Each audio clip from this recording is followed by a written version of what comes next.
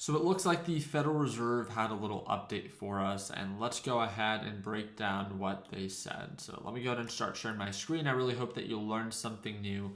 And if you do, please consider dropping a thumbs up and subscribing to the YouTube channel if you feel like we earned it. So overall, NASDAQ market ended up 0.25%. So you can see from where the market opened to where the market closed at, we definitely ended up green, but it was very easy to see that after it pulled on back, we traded sideways pretty much for the remainder of the day. If you ended up holding your position overnight, then during the extended hours, it did move up more than what it moved up during normal trading hours, and that was a 0.34% move, which means for TQQQ, that was a 1% move after market hours and a 0.72% move during normal trading hours. I did not trade TQs, I did not trade SQs today. One of my little trades that I decided to take was I shorted General Motors, and from overall highs to overall lows, it was not a perfect short by any means, but again, I made the most of it, and very excited to follow up on the larger picture, because on this 1 hour time frame, we are at a critical support testing the EMA. There's huge downside potential, and if we get that confirmation, I would love to re-enter a short position in General Motors if direction looks to be favorable. So if we think that it's been doing well or been going well lately, I'm very excited to follow up if we do break below this EMA, as again, I would like to see this back down to the $27 price point. So I'll have to keep you guys up to date with that if I end up actually taking a position.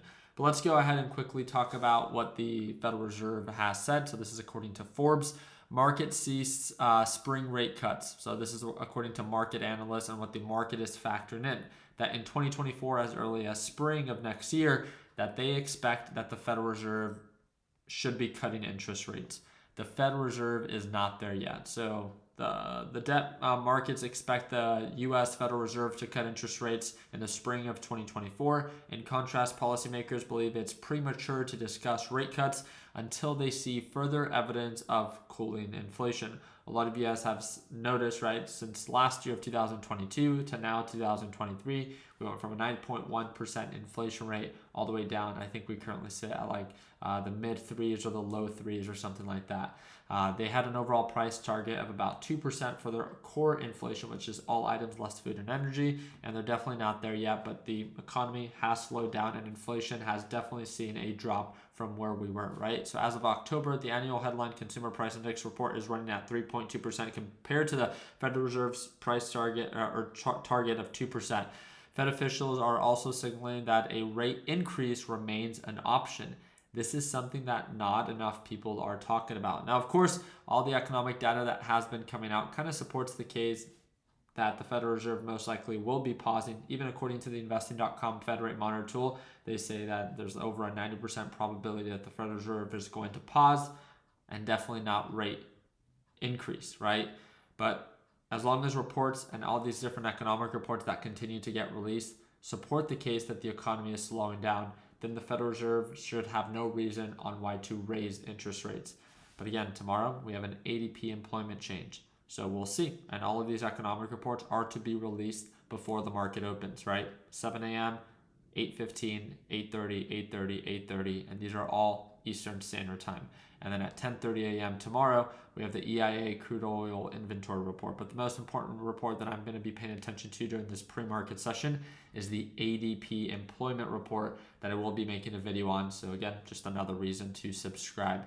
So if this thing comes in a little bit higher than what was expected, we could see potentially a little bit of a drop. If it comes in a little bit lower, then again, maybe we could see a little bit of a rise. Overall, NASDAQ market has been pretty much consolidating. You can see from the past 2 weeks, 2.5 weeks, very little progress. It's not like it's making progress on the upside. It's not like it's really selling off. We're pretty much trading sideways. So again, just another reason to stay cash and to not overcomplicate your trading. You guys know that I trade live every single morning. I will be traveling tomorrow, so I'm not going to be trading live tomorrow. But on Thursday and on Friday, I will be trading live. I trade live every single day right at market open. And if you're an absolute beginner and you want the ability to be able to watch me trade live, my entries, my exits, to hear my thought process behind every trade I take, Take 2 minutes, click the second link in the description down below, and I hope to see you during one of our live trading sessions.